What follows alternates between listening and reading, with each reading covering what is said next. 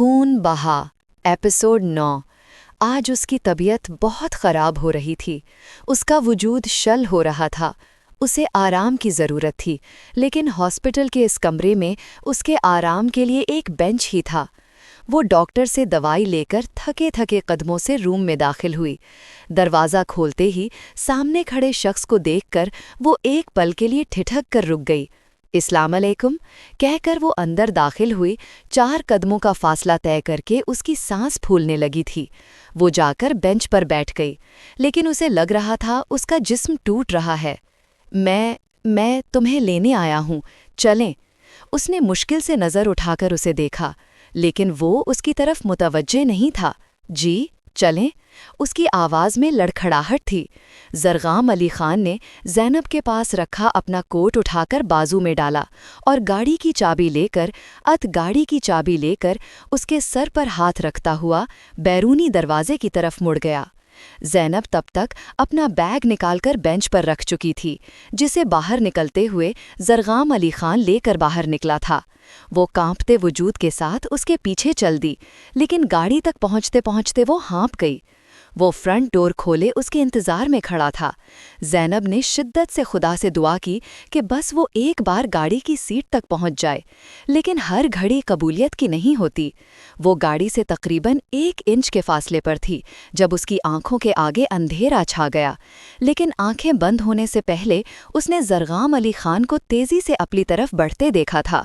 اس نے جس وقت اسے تھاما تو اس کا جسم بھٹی کی طرح جل رہا تھا۔ اسے اپنی باہوں میں اٹھا کر اس نے گاڑی کی پچھلی سیٹ پر ڈالا اور اپنے فلیٹ میں لے آیا۔ اسے بیڈ پر لیٹا کر اس پر بلینکٹ ڈال کر وہ اپنے پڑوس میں ہی موجود فخری صاحب کو بلا لایا، جو ایک ڈاکٹر تھے۔ اسے اس فلیٹ میں رہتے ہوئے تقریباً 3 سال ہو گئے تھے، اس لیے آس پاس کافی لوگوں سے اس کی جان پہچان تھی۔ انہوں نے چیک اپ کے بعد کچھ دوائیں لکھ کر دیں۔ زرغان، دیکھو اسے بہت تیز بخار ہے، ٹھنڈے پانی کی پٹیاں رکھتے رہوا اور کوشش کرو کہ یہ کچھ کھا لے۔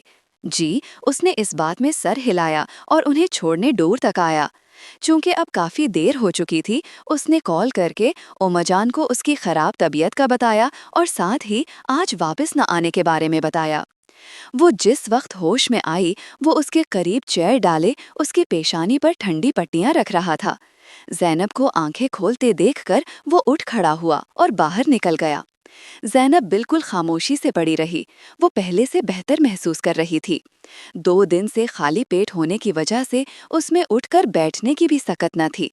کچھ ہی دیر کے بعد وہ دودھ اور بریڈ لے کر کمرے میں داخل ہوا اور سائڈ ٹیبل پر دونوں چیزیں رکھ کر وہ اس کے قریب آیا۔ اس کی اٹھنے میں مدد کے لیے زرغام نے اس کی طرف ہاتھ بڑھایا، جیسے زینب نے تھام لیا۔ تھوڑی سی ہمت کر کے وہ اٹھ کر بیٹھ گئی اور دودھ کے چھوٹے چھوٹے سپ لینے لگی۔ وہ سامنے چیئر پر ٹانگ پہ ٹانگ جمائے اس کی کارروائی ملاحظہ کر رہا تھا۔ آج پہلی زرغام علی خان نے اسے بغیر چادر کے دیکھا تھا۔ اس کی چادر گلے میں پڑی تھی۔ ڈارک براؤن بال گرنے کی وجہ سے کھل کر کندھوں پر بکھرے ہوئے تھے۔ بیماری کی وجہ سے اس کی رنگت زردی مائل ہو رہی تھی۔ دودھ کا گلاس ختم کر کر اسے جوں ہی کچھ طاقت محسوس ہوئی، اس نے اپنی چادر سر پر ٹکائی۔ زرغام کی نظروں سے خائف ہو کر وہ اپنی گود میں رکھے ہاتھوں کو مسلنے لگی۔ سوری، میری وجہ سے آپ لیٹ ہو گئے ہیں، میں ٹھیک ہوں اب تو ہمیں چلنا چاہیے۔ زرغام نے ایک ہنکارا بھرا۔ جی، ہم کافی لیٹ ہو چکے ہیں، اب آپ آرام کریں، ہم صبح ہی گاؤں کے لیے نکلیں گے۔ اس کی بات پر اس نے شکر کا کلمہ پڑھا اور کمرے سے اس کے جانے کا انتظار کرنے لگی۔ اسے منتظر پا کر وہ کمرے سے نکل گیا اور زینب اتنے دنوں کے بعد نرم بستر میسر ہونے سے کچھ ہی پل میں نیند کی وادی میں گم ہو گئی۔ وہ کہیں بار کمرے کا چکر لگا چکا تھا، لیکن وہ گھوڑے گدھے بیچ کر سو رہی تھی۔ وہ اپنے لیے کافی لے کر ٹی وی کے آگے بیٹھ گیا اور کافی کے چھوٹے چھوٹے سپ لینے لگا۔ کھٹکے کی آواز پر اس نے مڑ کر دیکھا۔ وہ گلابی قمیض شلوار پہ وائٹ بڑی سی چادر لے تیار کھڑی تھی۔ میں تیار ہوں، ہم چلیں؟ زرغام نے ریموٹ اٹھا کر آواز کم کی اور چلتا ہوا اس کے قریب آیا۔ اس کی پیشانی کو ہاتھ سے چھو کر بخار چیک کیا۔ اب کیسا محسوس کر رہی ہو تم؟ جی ٹھیک ہوں۔ وہ سامنے کچن ہے، ناشتہ کچن میں رکھا ہے، ناشتہ کر لو پھر نکلتے ہیں، تب تک میں چینج کر لیتا ہوں۔ وہ ناشتہ کر کے فارغ ہوئی تو سامنے ہی وہ کوٹ پہنتا ہوا روم سے باہر نکلا۔ چلیں؟ جی چلیں۔ اوکے، پہلے ہی کافی دیر ہو گئی ہے، وہ گھڑی دیکھتے ہوئے بولا اور بیرونی دروازے کی طرف مڑ گیا۔ وہ اس کے پیچھے چل دی۔ تھوڑی دیر کے بعد بلیک مرسڈیز ہواؤں سے باتیں کرتی ہوئی تیزی سے آگے بڑھ رہی تھی۔ 5 گھنٹے کے تھکا دینے والے سفر کے بعد جس وقت وہ لوگ گاؤں کی حدود میں داخل ہوئے تو پہلے سے ان کے انتظار میں 2 گاڑیاں کھڑی تھیں، ایک زرغام کی گاڑی کے آگے جبکہ ایک پیچھے چل دی۔ ان کی گاڑی جس وقت حویلی میں داخل ہوئی دوپہر ڈھل رہی تھی۔ زرغام خان نے تھوڑی دیر اس کے نیچے اترنے کا انتظار کیا۔ تم اس سائڈ پر چلی جاؤ، اسے اشارے سے بتا کر اس نے گاڑی پھر سے سٹارٹ کی اور وہاں سے چل دیا۔ زینب نے چاروں اطراف کا جائزہ لیا۔ ایک سائڈ پہ گیراج تھا جہاں پہلے سے ہی 2-3 گاڑیاں کھڑی تھیں۔ ایک طرف خوبصورت سا گارڈن تھا جبکہ اس کے بالکل سامنے لکڑی کا ایک آہنی دروازہ تھا۔ وہ سست قدموں سے آگے بڑھی اور لکڑی کا دروازہ دھکیلتی ہوئی اندر داخل ہوئی۔ سامنے ایک بہت بڑا ہال تھا۔ ہال کے درمیان میں رکھے صوفے پر ایک بے حد نفیس سی خاتون بیٹھی تھی۔ بہت سے ملازم آ جا رہے تھے۔ ان عورت نے مڑ کر زینب کو دیکھا۔ زینب کو لگ رہا تھا اس کا اصل امتحان اب شروع ہونے والا ہے۔ وہ آگے بڑھی اور سر جھکا کر اس عورت کے قریب جا کر کھڑی ہو گئی، جبکہ زائرہ خاتون الجھی نظروں سے سامنے کھڑی سرخ و سفید رنگت اور خوبصورت نقوش کی مالک لڑکی کو دیکھ رہی تھی جو ڈری سہمی سی کھڑی تھی۔ بیٹا، کون ہو آپ جی؟ میں زینب، امو جان زینب ہے یہ۔ زینب کے پیچھے کھڑا زرغام علی خان بولتے ہوئے اس کے قریب سے گزر کر ماں کے گلے لگ گیا۔ ان سے الگ ہوتے ہوئے اس نے ایک اچھٹتی سی نظر زینب پر ڈالی جو سر جھکائے اپنے پاؤں پر نظریں جمائے کھڑی تھی۔ زائرہ بیگم اٹھ کر زینب کے پاس جانے لگی جب زرغام نے ان کا ہاتھ پکڑ لیا اور نفی میں سر ہلایا۔ وہ ایک نظر زینب پر ڈال کر اس کے پاس بیٹھ گئیں۔ نیلم، انہوں نے اپنی ملازمہ کو آواز دی۔ نیلم، زینب، بیٹی، کواؤ پر زرغام۔ زرغام نے ایک بار پھر سے انہیں درمیان میں ٹوک دیا۔ نیلم، انہیں امو جان کے ساتھ والے کمرے میں لے جاؤ۔ زینب نے ایک درزیدہ نظر زرغام علی خان پر ڈالی جو چہرے پر پتھریلے تاثرات لیے اسے ہی دیکھ رہا تھا۔ وہ ملازمہ کی میت میں آگے بڑھ گئی۔ زرغام کی نظروں نے دور تک اس کا پیچھا کیا۔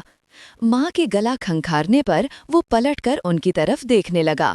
زرغام، تم یہ سب اچھا نہیں کر رہے۔ ان کی بات پر وہ استہزائیہ مسکرایا۔ زرغام، یہ وہی زینب ہے جس کی ایک جھلک دیکھنے کے لیے تم اس کے کالج کے باہر کھڑے رہتے تھے۔ امو جان، وہ بہت پہلے کی بات تھی، اب سب کچھ بدل گیا ہے، اور ہاں، وہ یہ سب نہیں جانتی۔ آپ میری بات سمجھ رہی ہیں نا؟ اسے اس بات کی خبر نہیں ہونا چاہیے۔ مجھے تو چپ کروا لو گے، لیکن جس دن زینیہ کو ہوش آ گیا تو تب کیا ہوگا؟ وہ تمہارے ساتھ گئی بھی اسے دیکھنے کے لیے۔ کچھ یاد کر کے اس کی آنکھوں میں کرچیاں سی چبھ گئیں۔